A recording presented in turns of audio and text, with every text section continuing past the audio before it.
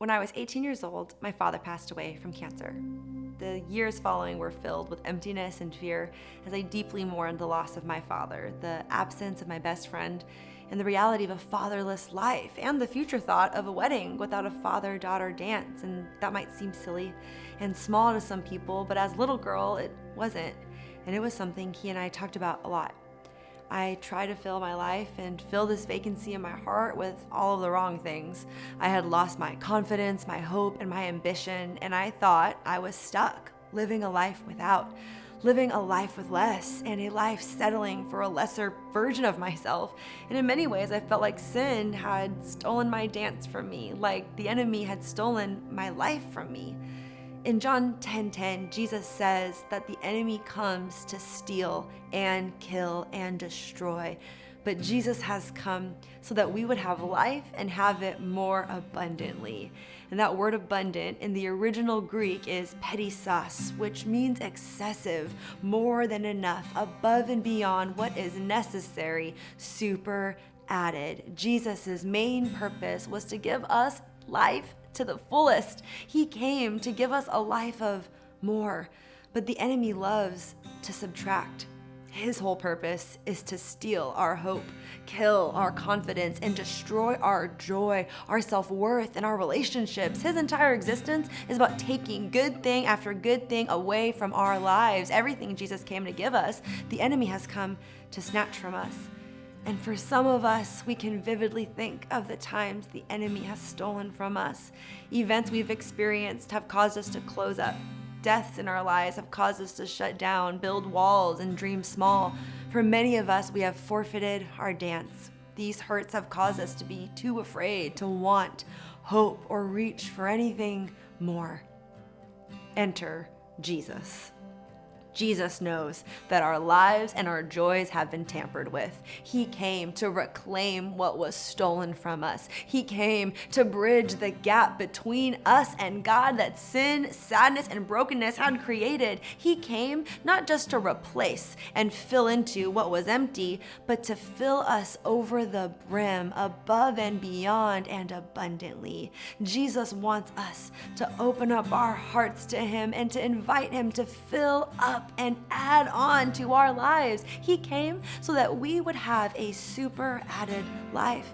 God explains what He wants to do and how He is going to do it in Zechariah 9:12 and 13, which says, "I announce today that I will restore to you twice as much as what was taken, for my people will be my weapons."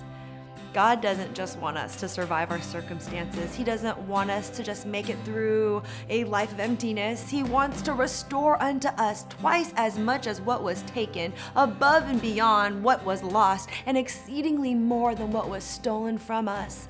How is God going to do that? His people will be His weapons. And I have seen this in my own life. Years later, after I allowed God to come into my life and fill my life and change me around and reclaim who I was and my views of love and hope and Him and the life He had for me, I started touring as a spoken word artist and speaker, and I lived in hotel rooms and guest rooms by myself for over 5 years. What a crazy time. That's another story. But during these years on the road, I came across many great fathers and many great mothers who, along with their children, accepted me into their families as their own. They believed in me, encouraged me, challenged me, and gave me a second chance at a childhood. All throughout the country, God restored unto me a family. Here is something crazy. None of these men were raised with perfect examples of godly fathers in their own lives. They each have their own stories, but they each had made the decision to reclaim what the enemy had stolen from them, and each had made the decision to be the father that no one was to them. And they have incredible kids and families, and because of that choice they made, once this little girl came along their path praying for God to super add onto her life, they were the weapons that God used to come alongside of her, to come alongside of me, to fight for me, to advocate for me. Years later, I married my incredible husband, and when it came to deciding what to do with my dance, 4 different fathers danced with me. All men who, along with their wives at different points in my adult life, played major roles in my beliefs in God, in love, and in hope.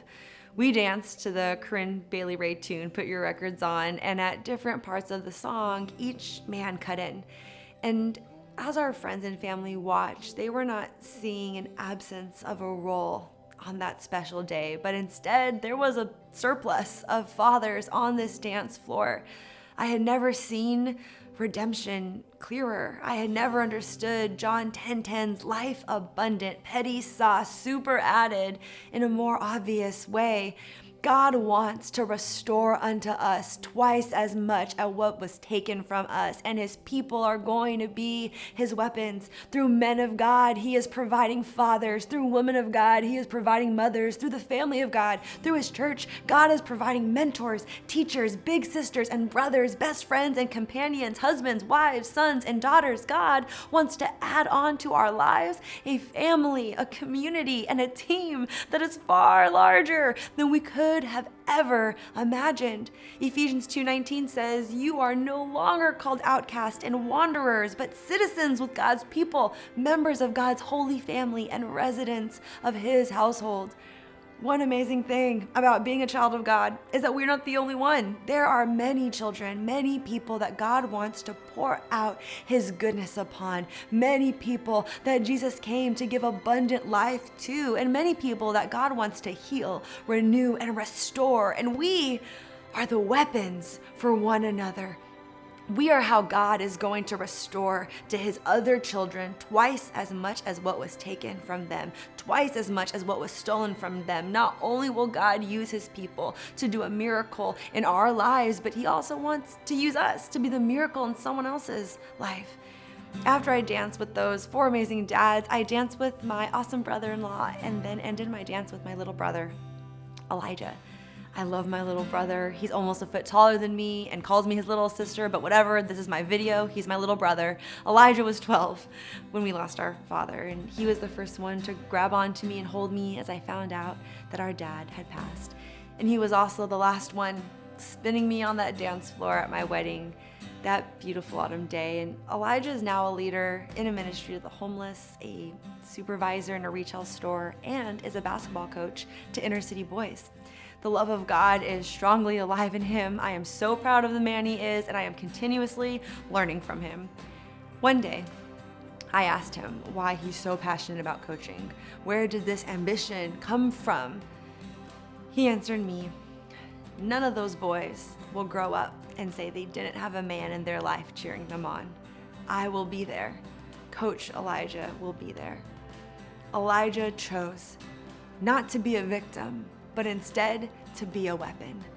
To be a weapon for all of those boys he coaches, to fight for those that may feel empty and lonely and living with less. Elijah chose to not answer to fatherless. He chose instead to answer to coach. He took back his name, he took back his purpose, and reclaimed what the enemy tried to steal from him. And not with the confidence he used to have, not with the faith he used to have, but above and beyond what was taken. Just like the fathers who danced with me, and just like I aim to choose every day of my life. 1 Corinthians 12:27 says, "You are the body of the anointed, the liberating king. Each and every one of you is a vital member." God wants to super add on to our lives, and he wants us to super add on to others. We are vital members of this family. We are an important part of this body. We are the battle plan. We are his weapons. Because of Jesus, there is a super added life available to us, a life above and beyond anything we've ever expected. Because of Jesus, we can super add on to other people's lives around us. We can be the family, the community, the miracle they are praying for. Because of Jesus, we can reclaim what the enemy has stolen from us and from those around us, and together we can choose to dance again.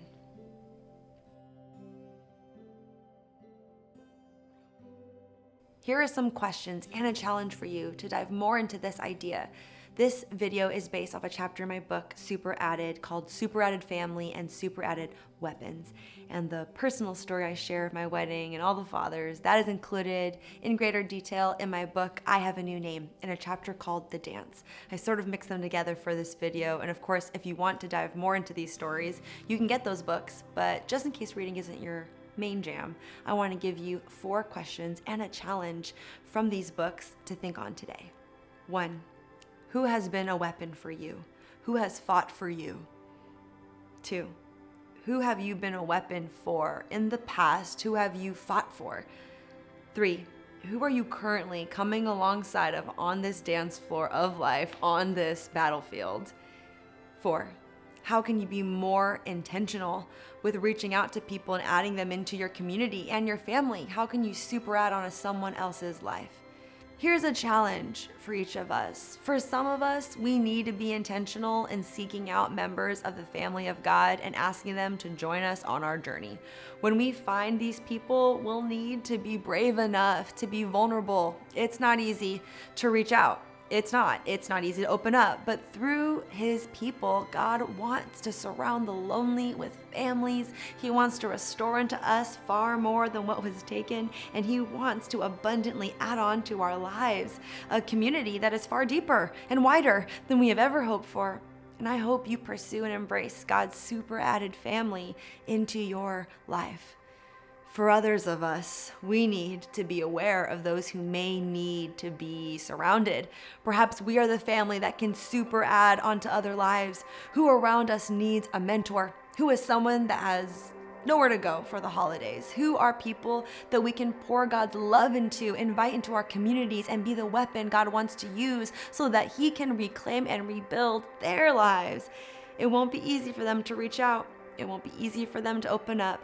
But we are vital members of this family, and just as someone once added onto our lives, we too can bring God's beautiful addition to someone else's. If we are all intentional in those 2 areas, there's no telling how super added, excessive, over the top, and abundant this family is going to be.